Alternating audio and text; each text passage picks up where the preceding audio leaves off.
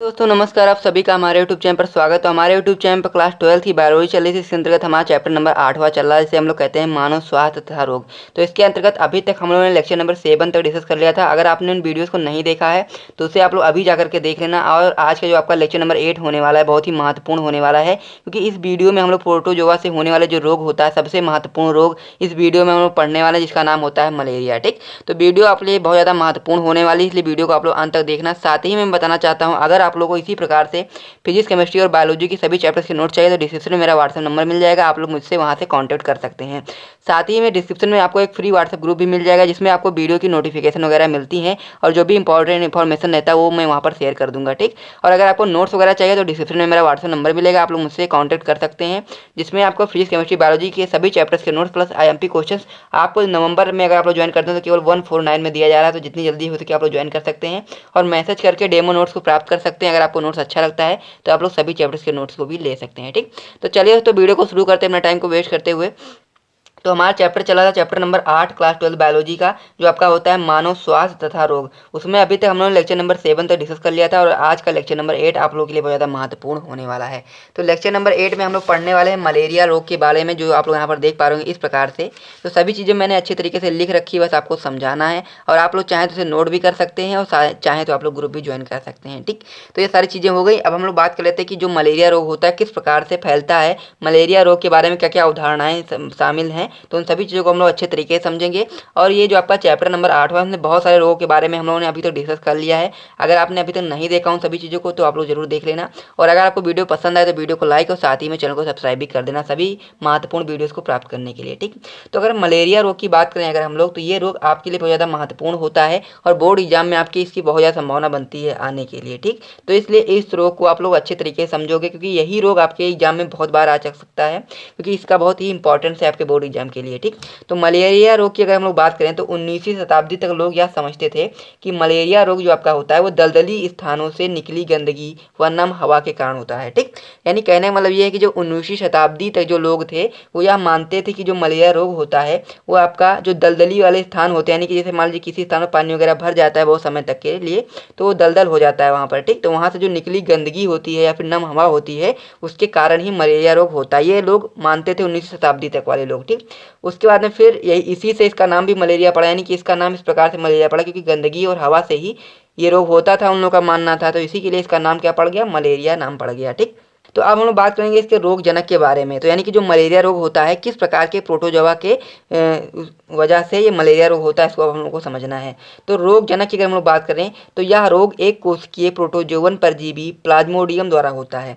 तो ये बहुत ज़्यादा इंपॉर्टेंट चीज़ है आप लोगों के लिए कि जो मलेरिया रोग होता है वो आपका प्रोटोजोवन परजीवी एक होता है, इसका नाम होता है प्लाज्मोडियम, तो उसके द्वारा ही मलेरिया रोग होता है।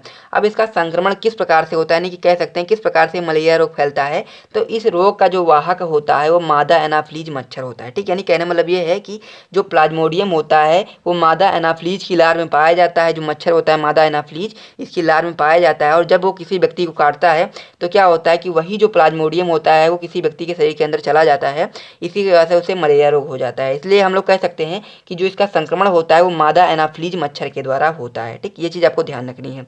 फिर हम लोग बात कर लेते हैं कि अगर मान लीजिए किसी व्यक्ति को मलेरिया रोग हो जाता है तो उसमें क्या क्या लक्षण दिखाई देते हैं, क्या क्या चीज़ें उसमें देखने को मिलती हैं, उसे अब हम लोग समझ लेते हैं।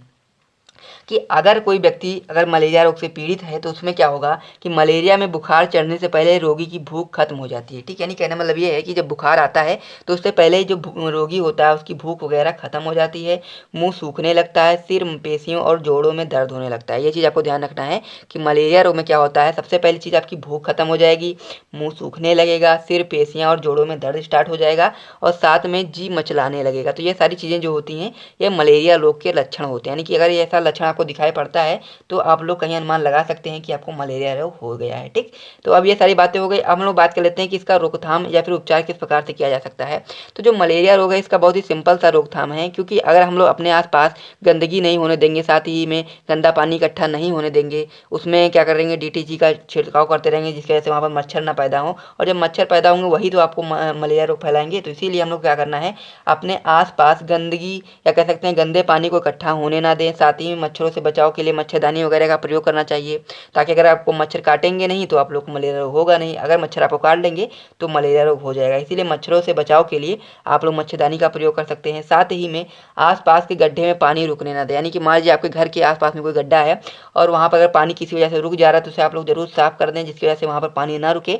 अगर पानी वहाँ पर रुकेगा तो मच्छर वहाँ पर जरूर पनपेंगे, जिसकी वजह से मलेरिया रोग का कह सकते हैं कि विकास हो सकता है। ठीक, तो ये सारी चीज़ें आप लोगों ने अच्छे तरीके से पढ़ ली होगी। अब इसमें सबसे महत्वपूर्ण चीज़ जो होती है वो आपका होता है जो प्लाज्मोडियम, जो प्रोटोजोन परजीवी होता है, उसका जीवन चक्र किस प्रकार से होता है। अब हम लोग को उसको समझना है। ये पूरा प्रोसेस बहुत लंबा प्रोसेस है, इसको अच्छे तरीके से आप लोग समझोगे तो आपको सभी चीज़ें अच्छे तरीके से समझ में आ जाएंगी। ठीक, तो जो प्लाज्मोडियम जो होता है उसका जीवन चक्र किस प्रकार से होता है ये हम लोग को समझना है। तो सबसे पहले क्या होता है कि संक्रमित मादा एनाफ्लीज, यानी कि जो मादा मच्छर होती है जिसका नाम क्या होता है एनाफ्लीज जो होती है मादा एनाफ्लीज, वो जब किसी व्यक्ति को काटती है तो जो प्लाज्मोडियम होता है वो जीवाणु या फिर कह सकते हैं स्पोरोजाइट्स के रूप में मानव शरीर में घुस जाते हैं।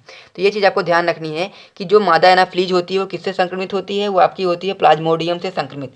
अब वही जब मादा एनाफ्लीज किसी व्यक्ति को काटेगी तो उसके अंदर जो होंगे प्लाज्मोडियम उसके अंदर भी प्रवेश कर जाएंगे, और उसके जब अंदर प्रवेश कर जाएंगे तो प्रारंभ में ये लोग क्या करेंगे, प्रारंभ में परजीवी यकृत में अपनी संख्या बढ़ाते रहेंगे। यानी कि शुरुआत में क्या करेंगे कि जो व्यक्ति होगा उसके जो यकृत होगा उसमें क्या करेंगे अपनी संख्या को बढ़ाते रहेंगे, और जैसे इनकी संख्या बहुत अधिक हो जाएगी फिर ये क्या करेंगे लाल रुधिर कणिकाओं पर आक्रमण कर देंगे, जिसकी वजह से जो लाल रुधिर कणिकाएं होंगी वो फट जाएंगी। ये चीज़ आपको ध्यान रखना है। और लाल रुधिर कणिकाओं के फटने के साथ ही एक अविषालु टॉक्सिक पदार्थ हीमोजॉइन निकलता है, जो कि ठिठुरन और प्रत्येक 3 से 4 दिन के अंतराल में उच्च आवर्ती ज्वर के लिए उत्तरदायी होता है। तो ये चीज़ आपको ध्यान रखनी है कि जब लाल रक्त कणिकाएं फट जाती हैं तो उसमें से क्या होगा, एक अविषालु पदार्थ निकलेगा हीमोजॉइन जिसका नाम होता है। तो वो क्या करेगा, जो व्यक्ति को ठिठुरन होता है और साथ ही में 3-4 दिन पे जो बुखार आता है बहुत तेजी से, उसका उत्तरदायी वही होता है। ठीक, यानी कि लाल रक्त कणिकाओं के फटने के कारण ही ये सारी चीज़ें होती हैं। ठीक, ये चीज़ें आपको समझ में आ गई होंगी। अब हम लोग बात कर लेते हैं कि जब मादा एनाफ्लीज मच्छर किसी संक्रमित व्यक्ति को काटती है, यानी कहने मतलब ये है कि अगर मान लीजिए कोई मादा एनाफ्लीज मच्छर है जो किसी ऐसे व्यक्ति को काट रही है जिसके अंदर पहले से ही प्लाज्मोडियम है, यानी कह सकते हैं जिसे पहले से ही मलेरिया है, तब क्या होगा परजीवी उसके शरीर में प्रवेश कर जाते हैं। यानी कि कहने मतलब ये है कि जो प्लाज्मोडियम होगा वो किस में आ जाएगा, एनाफ्लीज के अंदर आ जाएगा। ठीक, यानी मादा एनाफ्लीज के अंदर आ जाएगा और उनका आगे का परिवर्तन वहाँ होता है, यानी कि शरीर के अंदर ही होगा। किसके अंदर होगा, शरीर के मादा एनाफ्लीज मच्छर के अंदर होगा। ठीक, तो ये परजीवी जो होते हैं आपके प्लाज्मोडियम जो,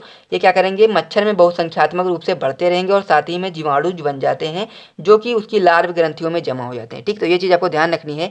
अब यही लार्व ग्रंथि जब उसमें जमा हो जाएगा तब ये क्या करेगा, जब मच्छर किसी अन्य मानव को काटेगा तो वही जो आपके लार में उपस्थित जीवाणु थे प्लाज्मोडियम के, वही क्या करेंगे उसके शरीर में प्रवेश कर जाएंगे और उसमें मलेरिया रोग को फैला देंगे। तो इसी प्रकार से इसका वर्णित घटना होता आरंभ हो जाता है।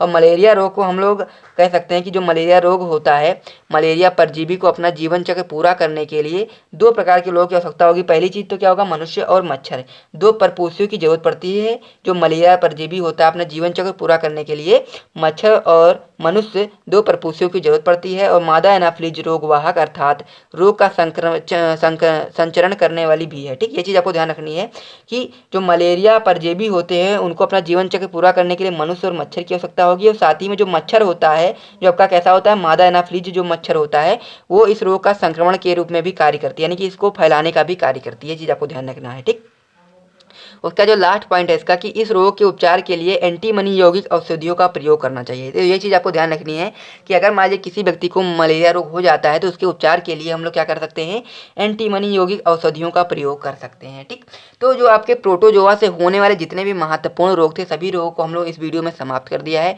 नेक्स्ट वीडियो में हम लोग कुछ और महत्वपूर्ण रोगों के बारे में समझेंगे जो आपका चौथा पॉइंट होता है। ठीक, तो अगर आपको वीडियो पसंद आए तो वीडियो को लाइक कर दें, साथ ही में चैनल को कर दें सब्सक्राइब ऐसे ही और भी महत्वपूर्ण वीडियोस को पाने के लिए। और अगर आपको नोट्स वगैरह चाहिए तो डिस्क्रिप्शन में व्हाट्सएप नंबर मिल जाएगा, आप लोग एक बार जरूर मैसेज कर लेना, वहाँ से आप लोग डेमो नोट्स को प्राप्त कर लेना। अगर आपको समझ में आता है तो आप लोग लेना, नहीं तो कोई बात नहीं। ठीक, तो चलिए तो वीडियो को समाप्त करते हैं, मिलते हैं नेक्स्ट वीडियो में, तब तक के लिए जय हिंद।